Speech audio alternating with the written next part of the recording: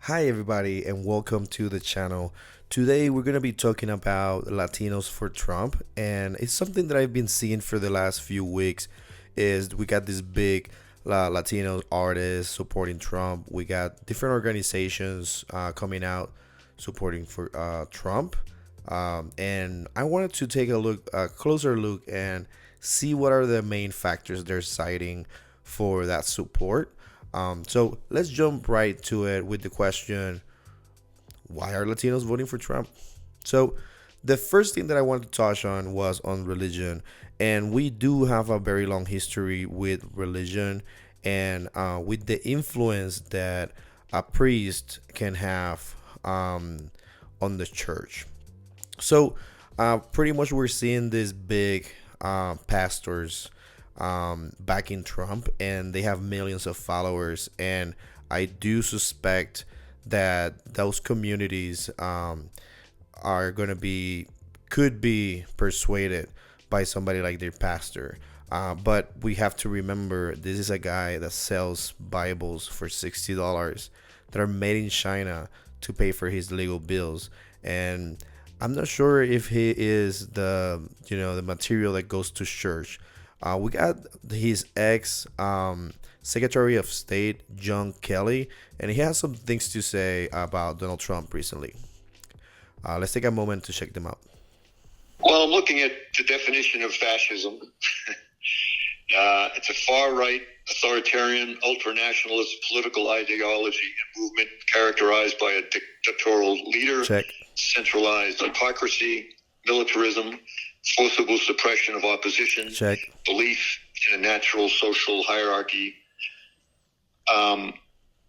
So certainly, in my experience, those are the kind of things that he thinks would work better in terms of running America.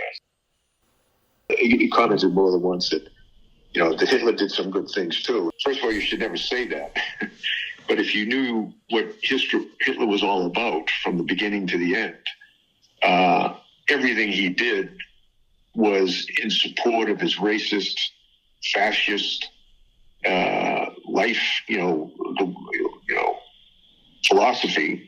So that nothing he did, you could argue, was good. It was certainly not done for the right reason.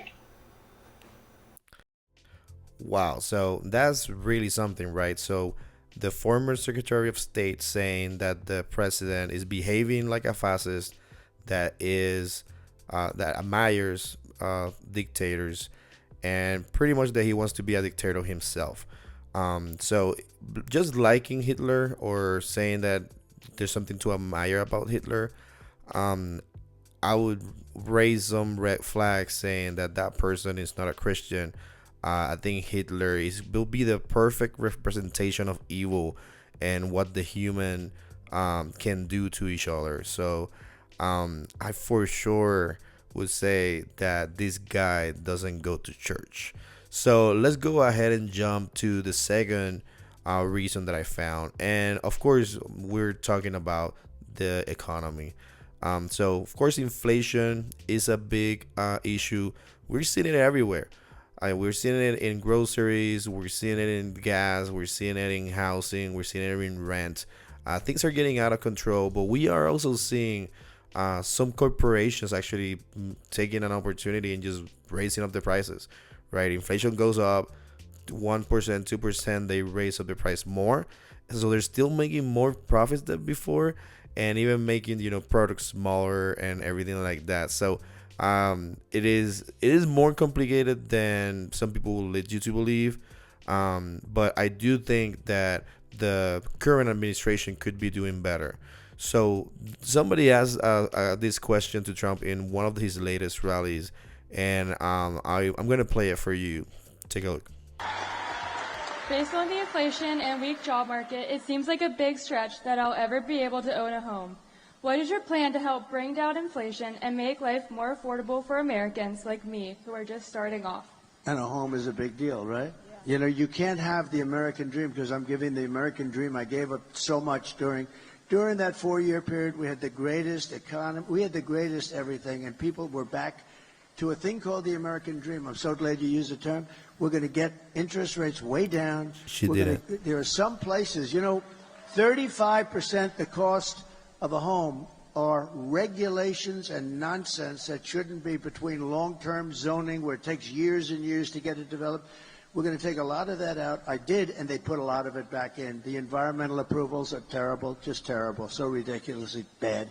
And we're going to get it taken care of. We'll bring down the cost. The biggest thing with two things: make the economy good so you get a lot of money, right? Make the economy good. And the other thing is interest rates. We're going to get interest rates. Right now, you can't get money. Even if you had a good job, you're paying 10%, you're paying 11, 12%, and you can't get it. When I was president, it was 2.2% interest, and now, and the money was all over the place, and now you can't get the money. So we're going to make sure that you can get the money. And who's going to occupy that house with you? Wait, why would you ask that question over there? But it's interesting. So let's take a moment to go over what he's saying. So he's saying that we need to make the economy good. Nobody's saying that we want the economy to be bad. But I get it. Dude, that's your first reason. Not how, but what you want. And then you're saying inflation. So the thing is, I don't think a president can influence the federal government into lower, raising the inflation. So you really have to figure out the economy part yourself. And you were already a president for 4 years. Then you ran again. So for the last 8 years, you could have a better answer than that. And the reason that I say that is because I think his biggest factor is that he could or that he's selling that he can fix the economy, and he literally doesn't explain anything about that. So I would like to hear more about you guys. Anybody that understands what he's trying to do specifically with the economy, go and leave me a comment down below so I can look into it. But he pretty much didn't answer the question. This is the latest videos. He had a good amount of time to answer that question, and he didn't answer it. So let's go now to the third reason we are seeing Latin Americans give their support to Trump. Immigration. So he said that he was going to build the wall. Mexico was going to pay for it. And of course, that's pretty impossible to do. And they also break, and people, climb them. So it is something that is easy to say, and I think is a good chant. He was never able to deliver on that basic one. And it's interesting because they brought a person in the same rally had a question about that, and this was his answer. Sir, right now members of the National Guard are mobilized because of the crisis at the border. How soon will the wall get finished if you're elected? So the wall, we built hundreds of miles of wall, more than I said I was going to be doing. And again, I had a hard time with Congress on the wall. I took it out of the military because we rebuilt the military. We had a lot of money in the military. We took out billions because I considered it an invasion of our country. It was very easy. And we then got sued by crazy Nancy and all the Democrats, and we got sued 11 different times. We won all the suits. It was brutal, but we were sued a lot. And we got hundreds of miles of wall built. And then I said, let's add some more. And one of the reasons we did have the great success is because I got the wall built. I was building wall at levels that nobody had ever seen.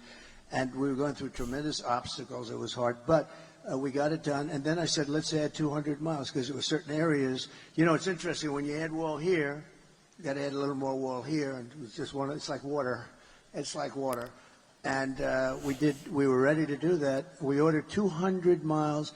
It was ready to be thrown up. It could have been thrown up in 3 to 4 weeks. And then we had a very unfortunate election. That's one way to put it for sure. So he pretty much didn't say. So he said that he could have finished the other 200 feet, miles in 4 weeks, but then he didn't do it. So he said it was easy. Then he said it was hard. So I'm trying to remember other things that he said instead of just saying like how long it was going to take. He didn't answer the question in his own rally. And I get it. Nobody wants to answer that question because that will bankrupt the United States. Like, that doesn't make any sense. There's also rivers and areas that you cannot build the wall. So there's always going to be an area where somebody can walk in. And I think more importantly is, how do you handle that influx of people? How do you maybe find solutions on the other side of the wall or the border, where you can see where the United States could be responsible for some of the problems, and in a way making that immigration worse. So I think that he's been doing the best to pretty much fool everybody in just saying the things that people want to hear.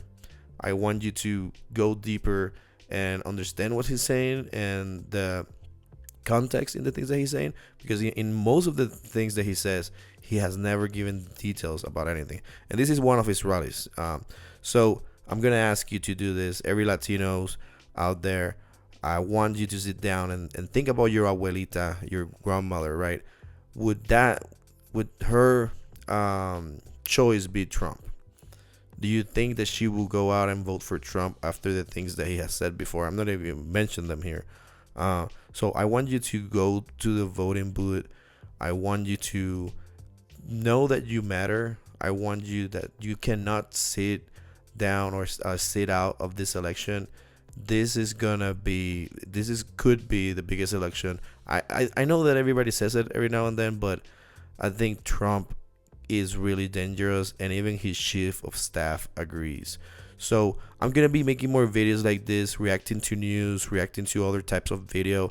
If you like the channel, please like and subscribe, and I'm gonna see you on the next one. Calling out.